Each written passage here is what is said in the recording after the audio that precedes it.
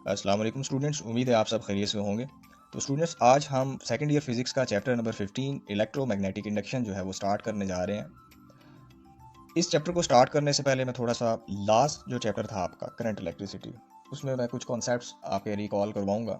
जैसे आपके सामने एक फिगर बनी हुई है, ये एक सर्किट है, सिंपल सर्किट है। एक कंडक्टर इसके साथ अटैच है ए बी, और इसको आपने अटैच कर दिया किसी बैटरी के साथ, जिसकी वजह से इसके अंदर एंटी क्लॉकवाइज डायरेक्शन में करंट जो है वो फ्लो करने लग गई। अब लास्ट चैप्टर में हमने ये चीज़ सीखी थी कि अगर आपके पास किसी भी कॉइल के अंदर करंट जो है वो फ्लो करता है, इस करंट के फ्लो करने की वजह से इसके सराउंडिंग में एक मैग्नेटिक फील्ड जो है वो इंड्यूस होती है। जैसे ये मैंने शो किया, इस करंट के फ्लो करने की वजह से इसके सराउंडिंग में मैग्नेटिक फील्ड जो है, जिसको आप बी के साथ रिप्रेजेंट करते हैं, मैग्नेटिक फील्ड जो है वो एक इंड्यूस हो जाती है। तो इसका मतलब ये है, जहाँ पर करंट होगी वहाँ पर मैग्नेटिक फील्ड जो है वो भी ज़रूरी तौर पर मौजूद होगी। तो या आप इसको यूं कह लें, जहाँ पर मैग्नेटिक फील्ड है वहाँ पर किसी ना किसी तरीके से, खुफिया तरीके से छुपी हुई कोई करंट भी मौजूद हो सकती है। ठीक है, ये करंट और मैग्नेटिक फील्ड जो है एक दूसरे के साथ इंटरलिंक्ड है। जहाँ पर करंट है वहाँ पर मैग्नेटिक फील्ड है, तो इसका मतलब ये भी है कि अगर आप मैग्नेटिक फील्ड एक्सटर्नली तौर पे खुद से दें तो आप करंट जो है वो भी पैदा कर सकते हैं। तो इसी की डिस्कवरी जो है वो माइकल फैराडे ने की थी। उसके बाद फिजिक्स में बहुत ज़्यादा इन्वेंशंस हुई। एक न्यू चीज़ थी, न्यू कॉन्सेप्ट था, जिसकी जिसकी मदद से आपने मोटर बनाई, जनरेटर बनाए, और आपने ट्रांसफार्मर बनाए। बड़ी डिस्कवरीज हुई इस कॉन्सेप्ट को यूज़ करते हुए। तो बच्चे, आपके स्मार्ट सिलेबस के अंदर जो आपका फर्स्ट टॉपिक है वो Faraday law of electromagnetic induction है। उसको समझने के लिए कुछ कॉन्सेप्ट्स की आपको ज़रूरत है। जो छोटे मोटे कॉन्सेप्ट आपको उसको समझने के लिए चाहिए वो मैं आपको इस लेक्चर में समझाऊंगा। तो ये चीज़ हमने लास्ट चैप्टर में सीखी हुई है। तो आज का हमारा जो काम है, हमने मैग्नेटिक फील्ड की मदद से हमने करंट को इंड्यूस करवाना है। तो वो हम कैसे करवा सकते हैं, उसके लिए क्या रूल्स हैं, कब होगी, कब मैक्सिमम होगी, कब मिनिमम होगी, उसके लिए क्या क्या चीज़ें रिक्वायर्ड हैं आपको, वो सारी चीज़ें हम डिस्कस करेंगे। जैसे कि आपके सामने एक ये फिगर है, इस फिगर में आप देख रहे हैं एक कॉइल है। ये क्लोज्ड लूप बना रही है जो कॉइल, जिसको मैंने एक गैल्वानोमीटर के साथ अटैच किया हुआ है। तो जैसा कि मैंने आपको ये बताया कि हम अगर एक्सटर्नली मैग्नेटिक फील्ड दें तो हमें इंड्यूस करंट भी मिल सकता है या करंट भी पैदा हो सकता है। उसके नतीजे में जो ईएमएफ पैदा होती है उसको हम इंड्यूस ईएमएफ कहते हैं। इस इंड्यूस ईएमएफ की वजह से जो उस क्लोज लूप के अंदर जो करंट पैदा होगी उसको हम इंड्यूस करंट का नाम देंगे। ठीक हो गया। तो ये आपके सामने एक फिगर है जिसमें कुछ कॉइल्स हैं, क्लोज लूप बना रही हैं, जिसको मैंने एक गैल्वानोमीटर के साथ अटैच कर रखा है। अब मैं इसके पास अगर मैग्नेट लेके आता हूँ, मिसाल के तौर पे इस तरह से मैं इसके पास ये मैग्नेट लेके आया। ये इसका नॉर्थ पोल है और ये इसका साउथ पोल है। अब मैग्नेट जो है, ज़ाहिर है मैग्नेट जो है आपके पास, उसकी मैग्नेटिक फील्ड लाइंस होती हैं। इस तरह से इसकी कुछ फील्ड लाइंस। अब ये जो फील्ड लाइंस हैं, इस मैग्नेटिक फील्ड की वजह से इसके अंदर, इस कॉइल के अंदर इंड्यूस ईएमएफ जनरेट हो जाएगा। अब ये कब मैक्सिमम होगा, कब होगा, इसके लिए शराइत क्या है, इंड्यूस ईएमएफ को या इंड्यूस करंट को पैदा करने के लिए शराइत क्या है। सबसे पहले आपके पास जो फर्स्ट जो कंडीशन है, जो उसकी पहली शर्त है, वो आपके पास है, आपके पास जो कॉइल है जिसके अंदर आप करंट को इस्टेब्लिश करना चाहते हैं मैग्नेटिक फील्ड की वजह से, वो आपके पास एक क्लोज लूप की फॉर्म में होनी चाहिए। क्लोज लूप की फॉर्म में ये आपके पास होनी चाहिए। ज़ाहिर है करंट जो है आपको पता है हमेशा किसी क्लोज लूप के अंदर ही फ्लो करता है। अगर वो क्लोज लूप नहीं है या उसके अंदर कुछ डिस्कनेक्ट है कहीं से, तो वो करंट का क्लोज लूप नहीं बनता, तो वो करंट जो है वो फ्लो नहीं कर पाता। सबसे पहली शर्त, वो जो कॉइल आप यूज़ करेंगे जिसके अंदर करंट आपने इंड्यूस करवाना है, वो क्लोज लूप की फॉर्म में होना चाहिए। नंबर टू मैग्नेटिक फ्लक्स से रिलेटेड है। बच्चे, आपने मैग्नेटिक फ्लक्स जो है वो पिछले चैप्टर में सीखा था। मैग्नेटिक फ्लक्स क्या होता है? इलेक्ट्रिक फ्लक्स और मैग्नेटिक फ्लक्स जो है वो सारी चीज़ें एक ही हैं, बस फील्ड लाइंस जो है वो चेंज हो जाती हैं। वहाँ पर इलेक्ट्रिक फ्लक्स में इलेक्ट्रिक फील्ड लाइंस होती हैं और मैग्नेटिक फ्लक्स में मैग्नेटिक फील्ड लाइंस होती हैं। फ्लक्स आपने पढ़ा हुआ है, ये फील्ड लाइंस हैं आपके पास, ये किसी भी यूनिट एरिया से जो पास करती हैं इसको आप फ्लक्स कहते हैं। अगर ये यूनिट एरिया, ये आपके पास जो यूनिट एरिया है इसके अंदर ज़्यादा फील्ड लाइंस अगर पास करेंगे मैग्नेटिक फील्ड लाइंस, तो आपका जो फ्लक्स है वो ज़्यादा होगा। अगर आपकी फील्ड लाइंस, जो मैग्नेटिक फील्ड लाइंस हैं, वो कम पास करेंगी तो फ्लक्स मिनिमम होगा। ये पुराना कॉन्सेप्ट है।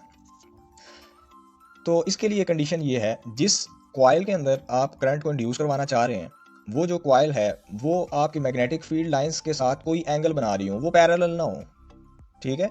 आपकी जो कॉइल है उसके प्लेन के साथ वो पैरेलल ना हो, क्योंकि ये चीज़ें आपने पढ़ी हैं, जब वो प्लेन के पैरेलल होंगी तो इसका मतलब ये है, मिसाल के तौर पे इस तरह से है, ये आपका प्लेन है और फील्ड लाइंस आपकी इस तरह से पैरेलल हैं, तो पैरेलल हैं तो ये ऊपर नीचे से गुजर जाएंगी, आपका फ्लक्स जो है वो मिनिमम होगा।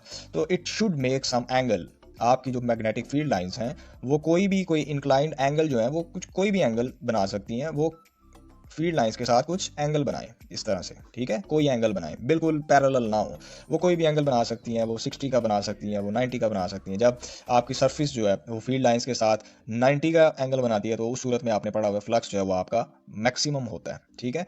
तो दूसरी कंडीशन ये आ गई, आपकी जो मैग्नेटिक फील्ड लाइंस हैं वो सरफेस के साथ कोई ना कोई एंगल बनाएं, कोई इंक्लाइंड एंगल बनाएं, कोई इंक्लाइंड एंगल होना चाहिए, ठीक है। कोई इंक्लाइंड एंगल होगा तो जाहिर है कोई फ्लक्स पैदा होगा, उस फ्लक्स की वजह से तो हमारी जो इंड्यूस ईएमएफ है वो जनरेट होगी। तीसरी कंडीशन, तीसरी और आखिरी कंडीशन, वो तीसरी कंडीशन क्या है? तीसरी कंडीशन ये है कि आपका जो मैग्नेटिक फ्लक्स है, मैग्नेटिक फ्लक्स जो है इसको आपने कॉन्टीन्यूसली चेंज करना है। मैग्नेटिक फ्लक्स जो है इसको आपने चेंज करना है, जिसको चेंज इन मैग्नेटिक फ्लक्स भी कहते हैं। आपका जो फ्लक्स है वो चेंज होना चाहिए। मैग्नेटिक फ्लक्स अगर आपने चेंज नहीं किया तो इसका मतलब ये होगा कि आप इंड्यूस ईएमएफ जो है वो जनरेट नहीं कर सकते। ये तीन कंडीशंस अगर आपकी फुलफिल होती हैं, क्लोज लूप है और वो मैग्नेटिक फील्ड लाइंस हैं जो वो सरफेस के साथ कोई एंगल भी बना रही हैं, और उस कॉइल के अंदर, जिस कॉइल के अंदर आपने मैग्नेटिक फील्ड की वजह से करंट को इंड्यूस करवाना है, वहाँ पर मैग्नेटिक फ्लक्स जो है वो भी चेंज हो रहा है, वो कांस्टेंट नहीं है। अब मैं आपको बताऊंगा कि इस फ्लक्स को चेंज कैसे करना है आपने। अब आते हैं वापस इस फिगर के ऊपर। अब अगर मैं इस मैग्नेट को इस डायरेक्शन में कॉइल की तरफ मूव करूंगा तो जाहिर है ये जो नंबर ऑफ फील्ड लाइंस हैं ये ज़्यादा जो है वो इस कॉइल के साथ इंटरेक्ट करेंगी, यानी कि फ्लक्स जो है वो ज़्यादा हो जाएगा, ज़्यादा हो जाएगा। फील्ड लाइंस जब ज़्यादा पास आएंगी, ज़्यादा फील्ड लाइंस गुजरेंगी तो फ्लक्स जो है वो ज़्यादा हो जाएगा। तो ये आपका जो गलवानोमीटर है, अगर ये यहाँ पर था, ये यहाँ से कुछ डिफ्लेक्शन शो करेगा। तो इस डिफ्लेक्शन से हमें ये पता चला कि इस मैग्नेटिक फील्ड लाइंस की वजह से या इस मैग्नेट की वजह से या मैग्नेटिक फोर्स की वजह से यहाँ पर हमारी कॉइल के अंदर एक इंड्यूस ईएमएफ जनरेट हो गया, जिस इंड्यूस ईएमएफ की वजह से एक आपको इंड्यूस करंट मिला। अब जब मैं इस मैग्नेट को वापस बैकवर्ड डायरेक्शन में ऐसे मूव करवाऊंगा पीछे की तरफ, तो यही आपकी जो फील्ड लाइंस हैं, मैग्नेटिक फील्ड लाइंस जो हैं वो इस कॉइल से दूर होने लग जाएंगी। जैसे जैसे वो दूर होंगी तो इसका मतलब ये है कि मैग्नेटिक फ्लक्स जो है वो भी कम होने लग जाएगा। तो जब मैग्नेटिक फ्लक्स कम होगा तो इस कॉइल के अंदर जो है वो आपकी जो इंड्यूस ईएमएफ या इंड्यूस करंट जो है वो भी कम होने लग जाएगी, और हता कि जब आप इसको बिल्कुल पीछे ले जाएंगे तो आपकी जो गलवानोमीटर की नीडल है वो बिल्कुल ज़ीरो पे आ जाएगी। मिसाल के तौर पे अगर मैं इस मैग्नेट को पास लाकर, बिल्कुल इसके करीब लाकर, जहाँ पर मुझे मैक्सिमम डिफ्लेक्शन मिली थी, यहाँ पर ला के मैं रोक देता हूँ मैग्नेट को, यहाँ पर मैं स्टॉप कर देता हूँ, तो इस सूरत में बच्चे जब आप इसको स्टॉप कर देंगे आपको आउटपुट पे करंट नहीं मिलेगी, यहाँ यहीं पर स्टॉप हो जाएगा, ठीक है। तो इस चीज़ को आप क्या कहते हैं? आपने जब भी आपको जब भी करंट चाहिए, इंड्यूस करंट चाहिए जब भी, तो आपने मैग्नेटिक फ्लक्स को क्या करना है? चेंज करना है। चेंज कैसे करेंगे? नंबर ऑफ फील्ड लाइन ज़्यादा कर दें, कम कर दें, इस तरह से आप इसको टू एंड फ्रो मूव करवाएं। आप इंड्यूस करंट बढ़ा कैसे सकते हैं, ज़्यादा कैसे कर सकते हैं? उसके लिए एक तो चीज़ आपके पास ये है कि आप इस कॉइल के जो नंबर ऑफ टर्न्स हैं, इस कॉइल के जो नंबर ऑफ टर्न्स हैं आप उनकी तादाद बढ़ा दें, नंबर ऑफ टर्न्स आप बढ़ा दें, ठीक है जी। आप इस कॉइल के नंबर ऑफ टर्न्स बढ़ा देंगे तो आपके पास जो इंड्यूस करंट है वो भी बढ़ जाएगी। और दूसरा, अगर आप ये जो फ्लक्स, जो ये आपके पास जो फ्लक्स है मैग्नेटिक फील्ड लाइंस और सरफेस के दरमियान जो एंगल है, इसका एंगल जो है बी और ए के साथ, where A is the area, जो आपकी सरफेस है उसका एरिया, बी मैग्नेटिक फील्ड, यही आपने फ्लक्स का फार्मूला पढ़ा हुआ है, ठीक है।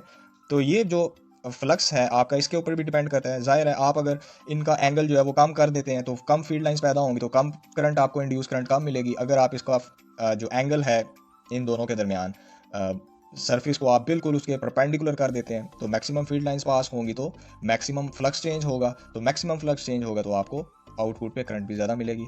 और तीसरी चीज़, चेंज इन मैग्नेटिक फ्लक्स, अगर आप इसको कम स्पीड से मूव करवा रहे हैं मैग्नेट को टू एंड फ्रो, तो कम फ्लक्स चेंज होगा, तो आपको कम करंट मिलेगी, इंड्यूस करंट। अगर आप इसको तेज़ी से मूव करवाएं ऐसे ऐसे तेज़ी से आप इस मैग्नेट को इस कॉइल के पास टू एंड फ्रो तेज़ी से मूव करवाएं। जितना तेज़ी से आप इसको मूव करवाएंगे बच्चे इस कॉइल के साथ, तो चेंज इन फ्लक्स जो है, चेंज इन मैग्नेटिक फ्लक्स जो है वो तेज़ हो गया। आप फ्लक्स के अंदर जो चेंज लेके आ रहे हैं वो बड़ी स्पीड से लेके आ रहे हैं। तो इस चेंज इन फ्लक्स के ऊपर भी आपका जो इंड्यूस करंट है वो भी डिपेंड करता है। जितना आप तेज़ी से आप इसको फ्लक्स को चेंज करेंगे उतना ज़्यादा आपका जो आपको आउटपुट पे इंड्यूस करंट मिलेगा। जितना कम स्पीड से आप फ्लक्स को चेंज करोगे उतना आपको इंड्यूस करंट जो है वो कम मिलेगा। तो ये 3-4 चीज़ें हैं, ये आपने अपने ज़हन में रखनी है। इसकी मदद से फिर हम जो है नेक्स्ट जो है आपका मैग्नेटिक इंडक्शन वाला जो आपका लॉ है, Faraday law of electromagnetic induction, उसके ऊपर बात करेंगे। तो मैं इसकी एक और मिसाल लेता हूँ। मिसाल के तौर पे बच्चे आपके पास इस तरह से एक कॉइल है, इसको आपने किसी बैटरी के साथ अटैच किया हुआ है। वही कॉन्सेप्ट है। अब ये कॉन्सेप्ट अगर आपको समझ आ गया तो अब इंशाल्लाह आगे अब मसले मसाइल नहीं होंगे। आपको लॉ जो है फैराडे लॉ बड़ा सिंपल है, इसी कॉन्सेप्ट को वहाँ पर हम भी यूज़ करेंगे, ठीक है। तो अगर आपके पास इस तरह से एक कॉइल है और जिसको आपने किसी सोर्स के साथ अटैच किया हुआ है, और बिल्कुल इसी के ऊपर आप कह लें एक और कॉइल है, ऐसे करके आप इसके ऊपर एक और कॉइल है जिसको आपने किसी गलवानोमीटर के साथ अटैच किया हुआ है, ठीक है जी। अच्छा, जब आप बैटरी जो है, बैटरी के साथ जब आप इसको अटैच करेंगे तो इस कॉइल के सराउंडिंग में एक मैग्नेटिक फील्ड जो है वो जनरेट होगा, ठीक है। अब इस मैग्नेटिक फील्ड की वजह से अब ये जो ऊपर वाली कॉइल है, ऊपर वाली कॉइल है, आप देखें मैग्नेटिक फील्ड लाइंस ही आपको चाहिए होती हैं, चाहे वो आप मैग्नेट से ले लें, चाहे वो आप कॉइल को करंट दे के उसकी जो मैग्नेटिक फील्ड उसके सराउंडिंग में बनेगी वो वाली फील्ड लाइंस ले लें। दोनों का काम तो एक ही है, मैग्नेटिक फील्ड लाइंस हैं, दोनों दोनों की नेचर सेम है। तो अब इन मैग्नेटिक फील्ड लाइंस की मदद से, अब ये जो मैग्नेटिक फील्ड लाइंस हैं, अब अगर आप इसको इस पूरी कॉइल को इसके पास ऐसे ऐसे मूव करवाएं टू एंड फ्रो, ठीक है, ये पूरा सिस्टम जो है जिसके साथ बैटरी अटैच है, तो जाहिर है मैग्नेटिक फील्ड लाइंस जो है यानी कि फ्लक्स चेंज होगा। मैग्नेटिक फील्ड लाइंस की रेशो इस कॉइल के अंदर कम होगी, जब आप पास करेंगे ज़्यादा होगी, दूर करेंगे कम होगी। जब आप यहाँ पे आप बैटरी जो है उसका पोटेंशियल इंक्रीज कर दें, उससे फिर ये है कि स्ट्रॉन्ग मैग्नेटिक फील्ड जनरेट होगा। जब स्ट्रॉन्ग मैग्नेटिक फील्ड जनरेट होगा तो उसकी जो मैग्नेटिक फील्ड लाइंस है वो भी स्ट्रॉन्ग होंगी। तो जब आप इस सिस्टम में भी इस तरह से भी आप अगर मैग्नेटिक फील्ड लाइंस जनरेट करवाते हैं, तो अब देखें ये वाला जो आपके पास जो दूसरा जो बी फिगर है, इस फिगर के अंदर आपने कोई भी बैटरी अटैच नहीं की हुई, एक कॉइल है उसको आपने सिंपल गलवानोमीटर के साथ अटैच किया। अब इस कॉइल की वजह से जो मैग्नेटिक फील्ड पैदा होनी है, अब वो जो मैग्नेटिक फील्ड जब इसके साथ इंटरेक्ट होगा उसका, यानी कि इस मैग्नेटिक फील्ड लाइंस की वजह से जो फ्लक्स चेंज इस बी फिगर में होगा, उसकी मदद से, उसकी वजह से इस गलवानोमीटर में जो है वो एक इंड्यूस ईएमएफ जनरेट होगी, इंड्यूस करंट पैदा होगा। ये गलवानोमीटर जो है वो डिफ्लेक्शन शो करेगा। बाकी सारा फिनोमेना यही है। आप इस पूरे सिस्टम को आप कैसे फ्लक्स चेंज करवा सकते हैं? फ्लक्स चेंज करने के कई से तरीके हो सकते हैं। आप इस कॉइल को इसके पास मूव करवाएं, ठीक है, रिलेटिव मोशन इसको कहते हैं, रिलेटिव मोशन। रिलेटिव मोशन के साथ आप फ्लक्स को चेंज करवा सकते हैं। मिसाल के तौर पे आप मैग्नेट को मूव ना करवाएं, आप इस कॉइल को इसके आस पास मूव करवाएं, टू एंड फ्रो, पास लेके आए, दूर लेके जाएं, आप ऐसे कर सकते हैं। या एक ये तरीका है, दूसरा तरीका ये हो सकता है आप इस मैग्नेट को इसके पास लेके जाएं, दूर लेके जाएं, ये तरीका हो सकता है, तो उससे भी फ्लक्स चेंज होगा। या एक ये भी तरीका हो सकता है आप दोनों को एट द सेम टाइम एक दूसरे के पास मूव करवाएं और दूर करवाएं, ठीक है, तो इससे भी फ्लक्स आपका जो चेंज होता है। तो जब भी मैग्नेटिक फ्लक्स चेंज करेंगे आप, और वो जो मैग्नेटिक फील्ड लाइंस हैं उस प्लेन के साथ, उस कॉइल के साथ कोई एंगल बना रही हो, और वो जो कॉइल है वो क्लोज लूप बना रही हो, तो उसके अंदर इस मैग्नेटिक फील्ड लाइंस की मदद से, इस मैग्नेटिक फील्ड लाइंस की वजह से करंट जो है वो पैदा होता है। ये कॉन्सेप्ट दिया था माइकल फैराडे ने। ये सारी चीज़ें आपने जहन में रखनी है। तो इंशाल्लाह नेक्स्ट लेक्चर जो है उसमें हम डिस्कस करेंगे Faraday law of electromagnetic induction. Until the next time, Allah Hafiz.